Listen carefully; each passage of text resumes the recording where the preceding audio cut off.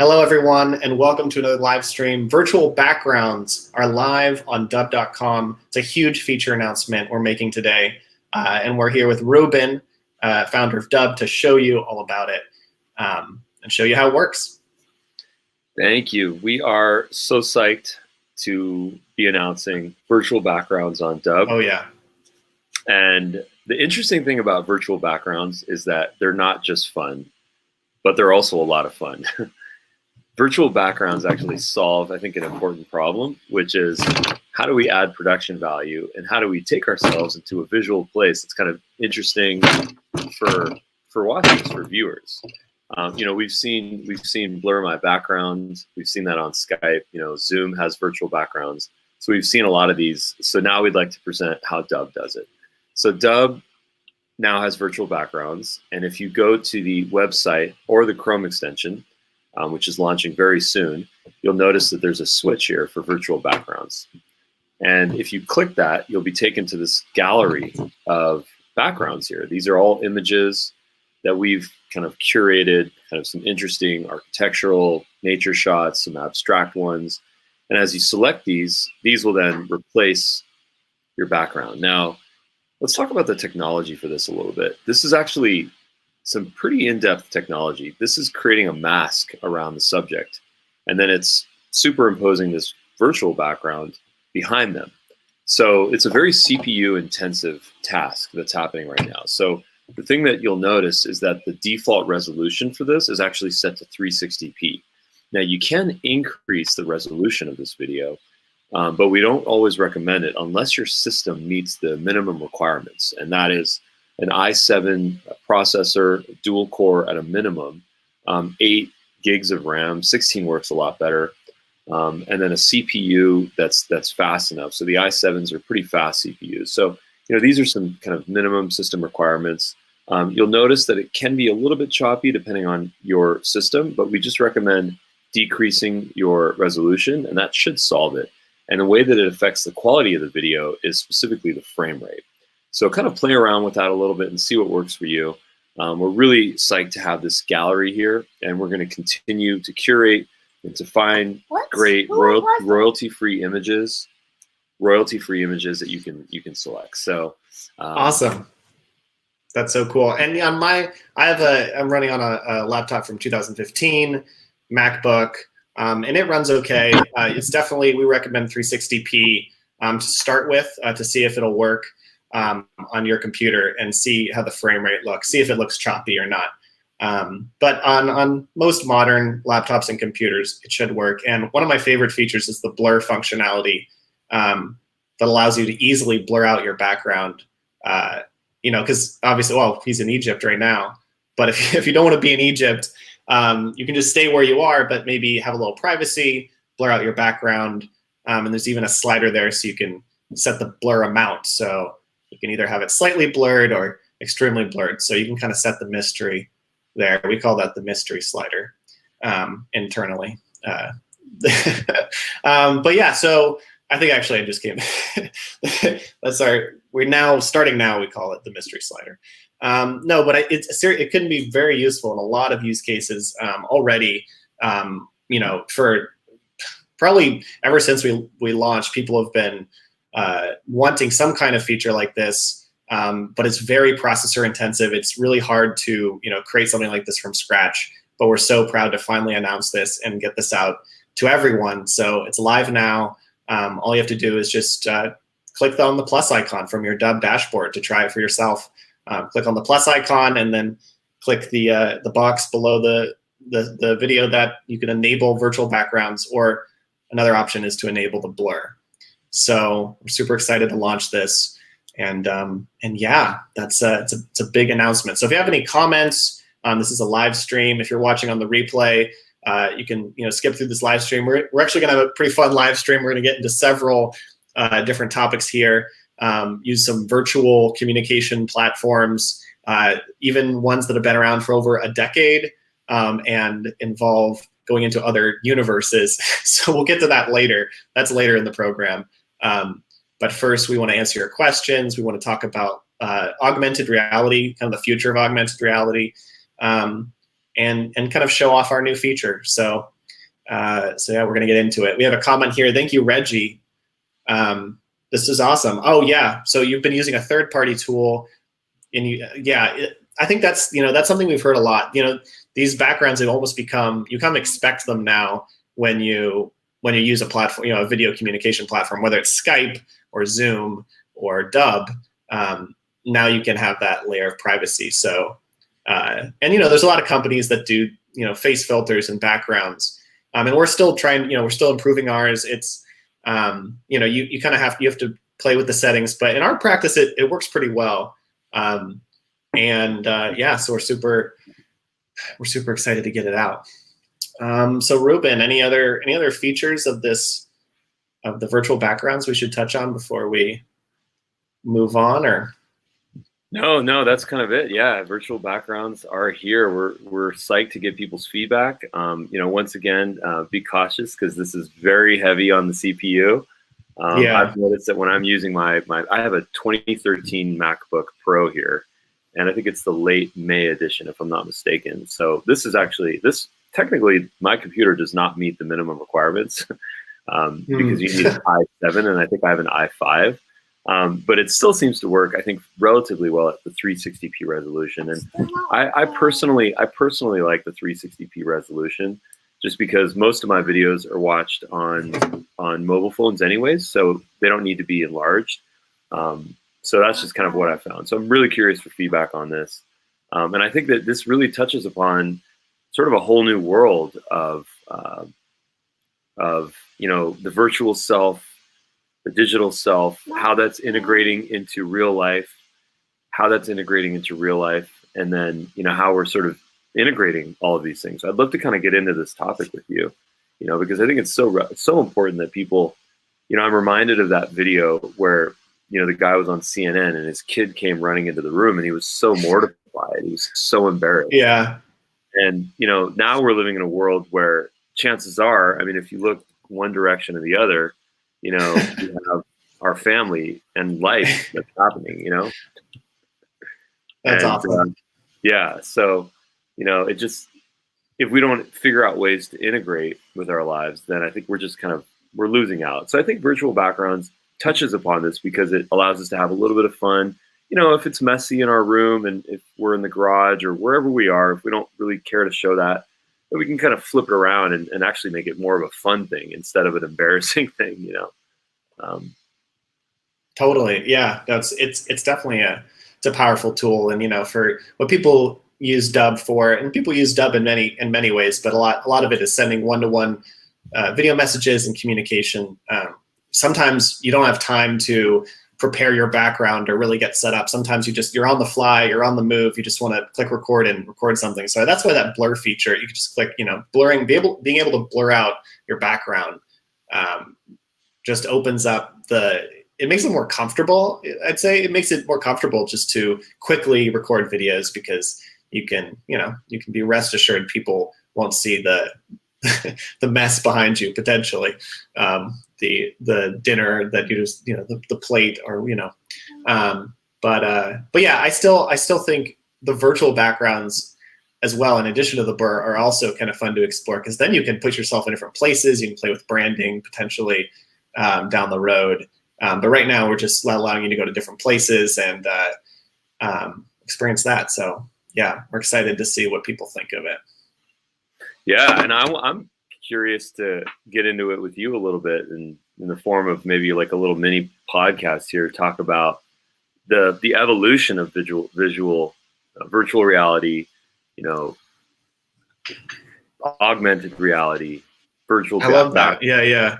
We've seen this evolution, I think, for the last 10, 20 years now, and I'd be remiss not to mention that you were really part through kind of your extended family and your father specifically, of being a part of that early movement of what virtual reality was back in the early mid 90s, like with the production and the making of the movie Lawnmower Man. I was going to say Filmmaker Man. Lawnmower Man, directed by your father. So I'd love to love to get into that with you. Yeah, it is sort of like a film. I'm the filmmaker, man. From in Lawnmower Man. Yeah, that was over 25 years ago. It was 1992 when that came out, and it predicted a lot of things that that are kind of normal today in terms of like VR headsets and going into a virtual world.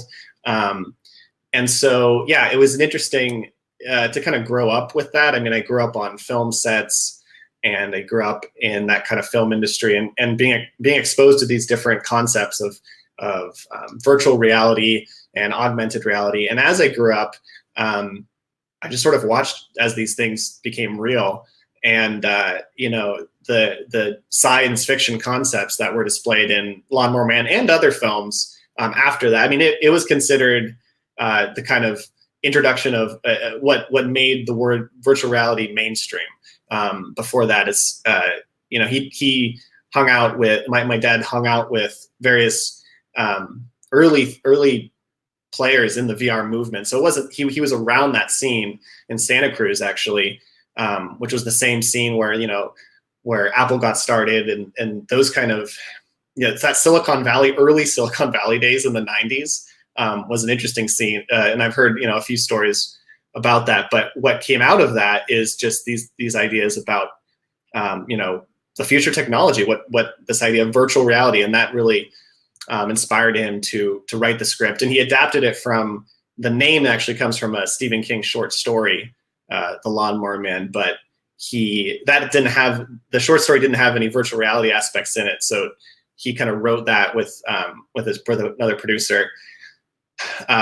He really wrote that into it and created this really interesting film where even I look back today and I see so many things that it kind of predicted.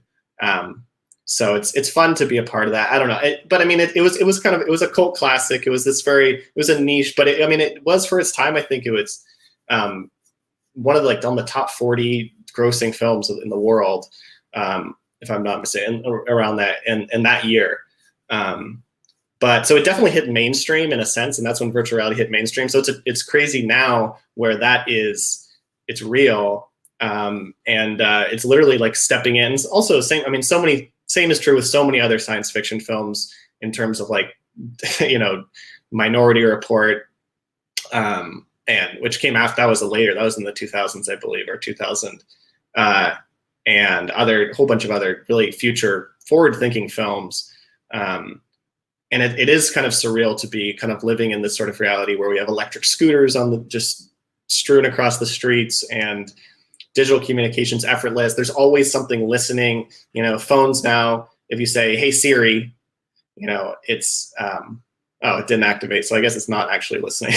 But usually, if you say "Hey Google" or "Hey Siri," they'll trigger.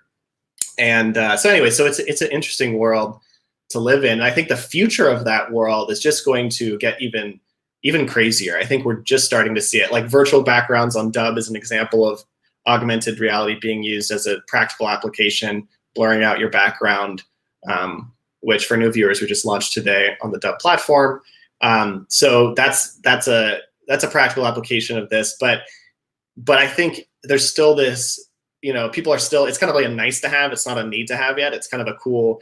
And I think there is going to be a transition in the future where it becomes something you don't really think about, but you're already experiencing augmented reality. And I actually have a thread to show on this.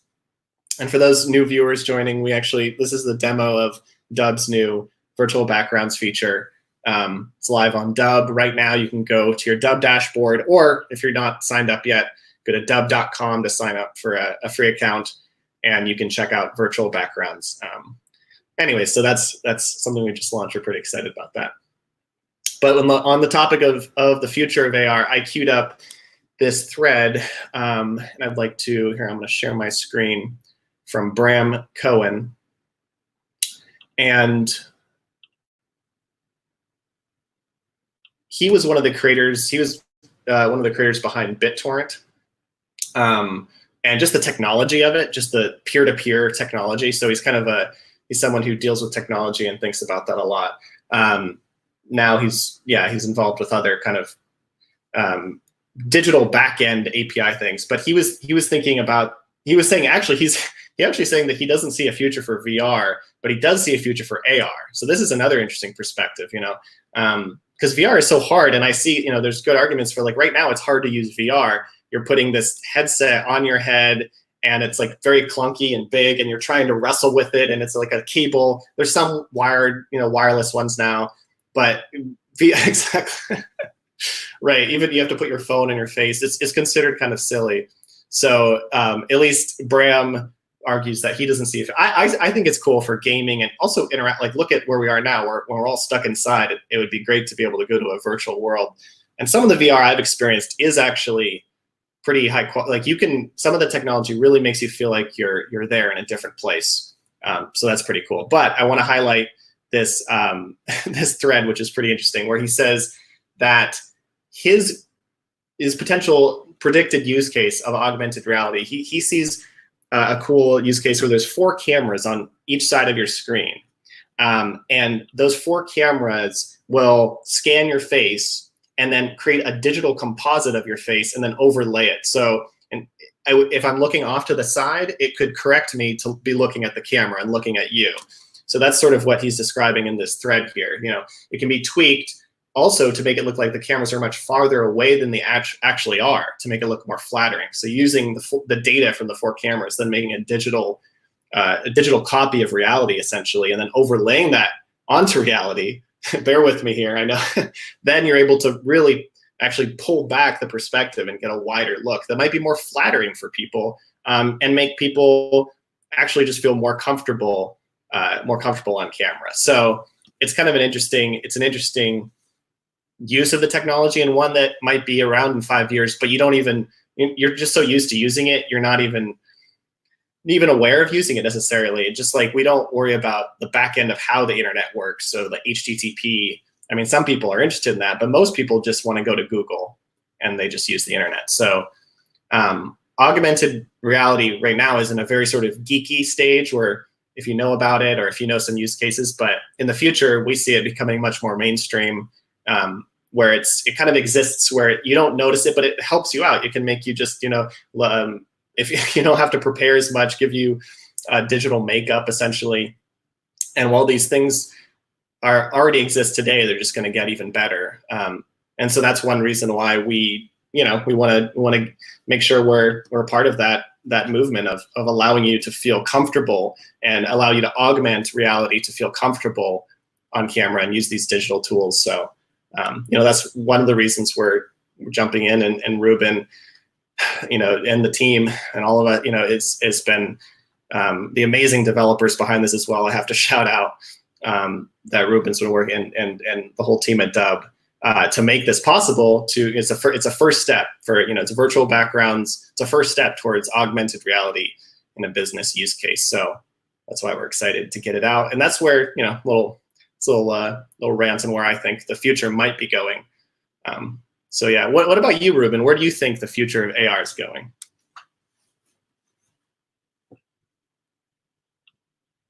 Oh wait, you're muted. Sorry, you're muted. I think being unmuted is the first step in the evolution of augmented reality. Really, it's about that sound, audio, video. Really, being actually, the audio, being able to hear. I'm still working on AV before I get to AR. But what is what is your take on that though? Yeah. So first, huge shout out to the Dubb tech team. The Dubb tech team, they are very much so kind of behind the scenes heroes, and it's so cool how they sort of let us be in front of the cameras and be the spokespeople for the company and for the tech and for the brand. But it's really them that are innovating and to develop such incredible, unique things that are by no means perfect. That's really where it takes time and testing and feedback.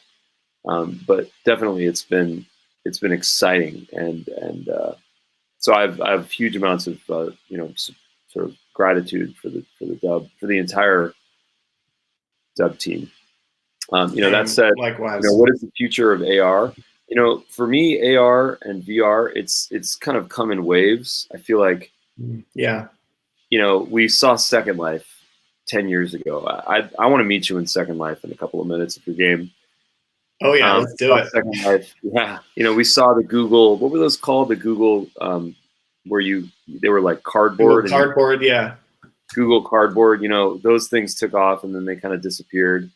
We saw some of the cheap ones available on Amazon. I think you can get VR goggles now for $20. A great example of not good ones though. Not good ones, yeah. Just like plastic ones where you stick. Because I think the difference that they are and the technology is putting your phone as the monitor or having something much kind of fancier, much more high tech. But right, yeah, right. So, but what I've sort of noticed is that when AR and when VR can truly solve problems that we have, and make our lives more fun in the process, I think that's where it really sticks. Otherwise, it just becomes a little bit of a novelty, And this is something I've been kind of cognitive about with respect to Dubb and how we're using it, specific to virtual backgrounds. But we want to make sure that it's kind of solving a problem, or at least it's just making it more fun. And when I say it, I mean just content development. But one of my favorite examples of augmented reality was actually on Google Maps. And I feel like they've piloted this and they've put it out there, but then they've kind of yanked it. And specifically what that is the ability to kind of see the buildings around you in augmented reality and how you need to be walking in order to get to your destination. So if you put your phone over here, it shows a huge arrow that says That's go down. Cool, yeah. I think I've seen that. I haven't tried it. Have you tried that yet? I've tried it, and it was awesome because really? One of the most difficult things when using a map when you're walking is that you don't know what north is. It's really hard. I mean, and right. Nor does the computer. Your phone has a hard time telling you what true north is. So I think that was a really good application of it. Second Life was huge at one point, and now I think it's a very, very niche audience. And then you and I have been talking about the evolution of Second Life and their new technology, which I think could be interesting. I remember seeing the demo of the famous humpback whale augmented reality, and I think the walking on the cliff out over the New York landscape, cityscape I should say.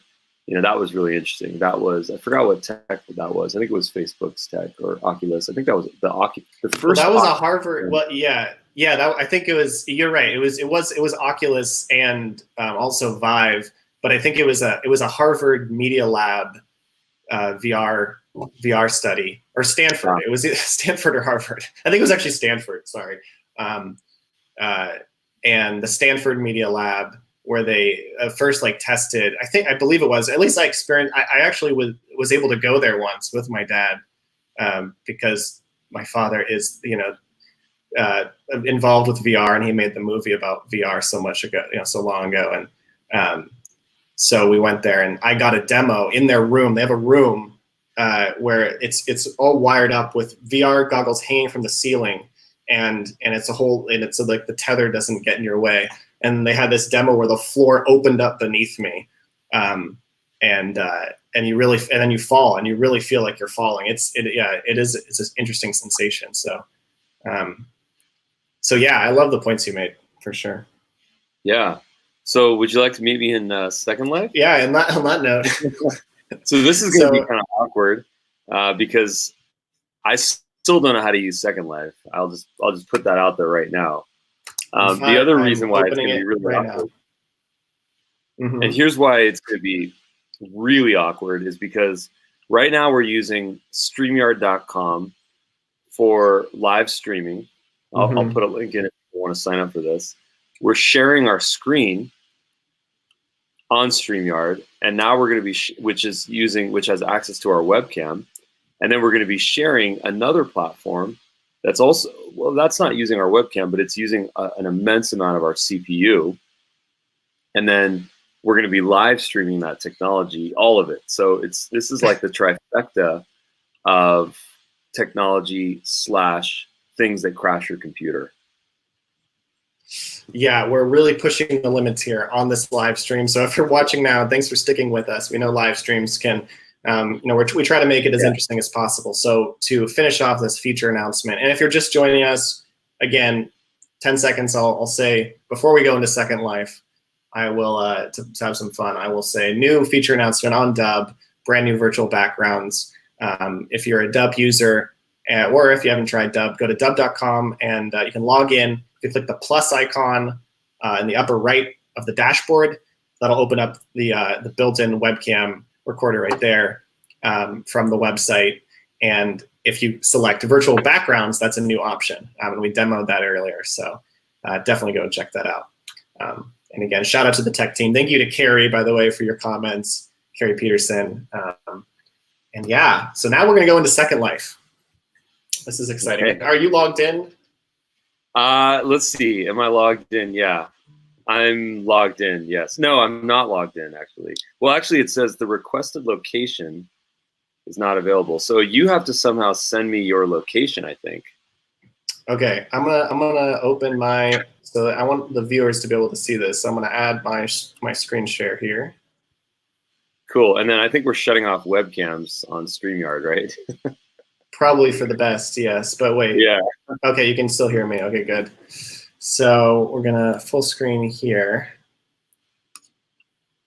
So, welcome to Second Life, everyone. Oh gosh, this is a strange one. I don't know where I ended up, but I'm frightened. So let's get out of here. Okay, let's turn on. Sort of an island with zombies. Oh, okay. So can you go to the? Here, I have an idea. Well, someone's asking. Yes. Yeah. Sorry. After you. What is someone? Oh, I'm just saying I'm going to teleport somewhere, and then we can meet up and try to see how we can use Second Life for a business use case. Because for now, all I see is zombies everywhere, and I see like a decapitated. And we're in deep. So what? Yeah, let's see. Oh wait, requested location is currently unavailable. I'm being moved. Can you hear me? No. Well, yes. I'm alone. I'm alone here now. Now I'm very frightened. I'm alone. Hello? Hello? Okay, here we go. I'm going to teleport. My computer. Home. I think that's the best option for now.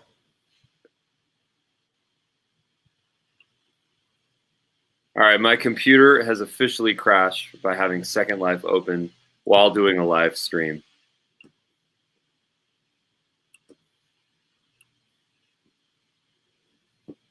All right.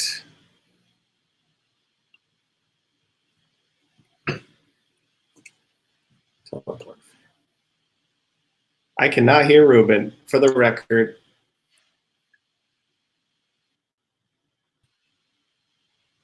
Hey guys, so hello? This is just a nightmare. I still can't hear you. Yeah. Oh, maybe. It's just a nightmare over here. So I'm signing off. My CPU is about to tank. Virtual backgrounds on Dubb. See you guys.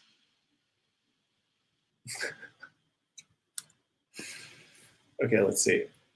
If you can still hear me, if you're still on the broadcast, we're experiencing some technical difficulties. We're trying to go to Second Life, and we're having, and obviously that is a task. As you can see here, I'm being eaten by zombies or something, and we're trying to show how virtual reality is an AR. We're trying to show a business use case for this, or just explore Second Life.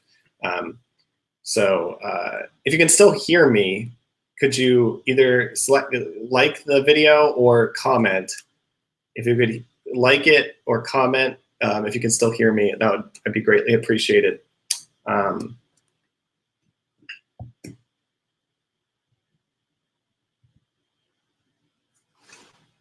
Oh, it looks like I got a message from Ruben. Second Life is very it's very processor intensive, and I think Second Life crashed on his end. I don't see any comments that say that you can hear me, so I'm assuming you can't hear me. But if you still can, thank you for watching. We're going to attempt to do this again another time. And oh, audio's good? Oh, good. Well, if I can be able to teleport to one place, maybe we can have Ruben meet us up here. Let me see if I can have Ruben restart. Maybe Ruben can just meet us in Second Life. Let's see. Stand by. We're gonna try this.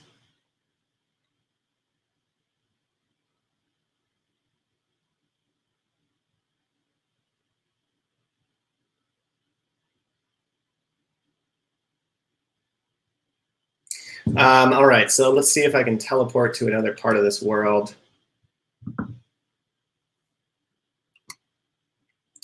It says the teleport's failed. Now, this is a classic thing in augmented reality where you need the user experience to work. And if the user experience doesn't work, like right now, I'm literally just in this at a pile of people, and maybe that's why Second Life didn't really take off. Maybe that's why it didn't really hit the mainstream, because it's very hard to understand and learn just the interface itself. We tried to prepare for this live stream before this because we wanted to show some, a virtual world, because we launched virtual backgrounds today. So we thought it'd be fun to show a virtual world.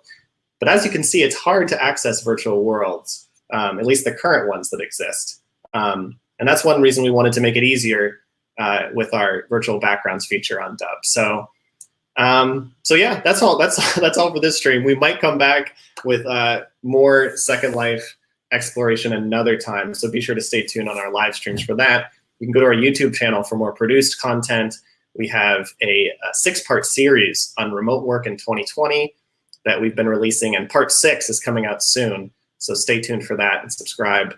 Until next time, you can visit dubb.com for more information. I'm Shannon Leonard. I hope you have a wonderful day. Farewell.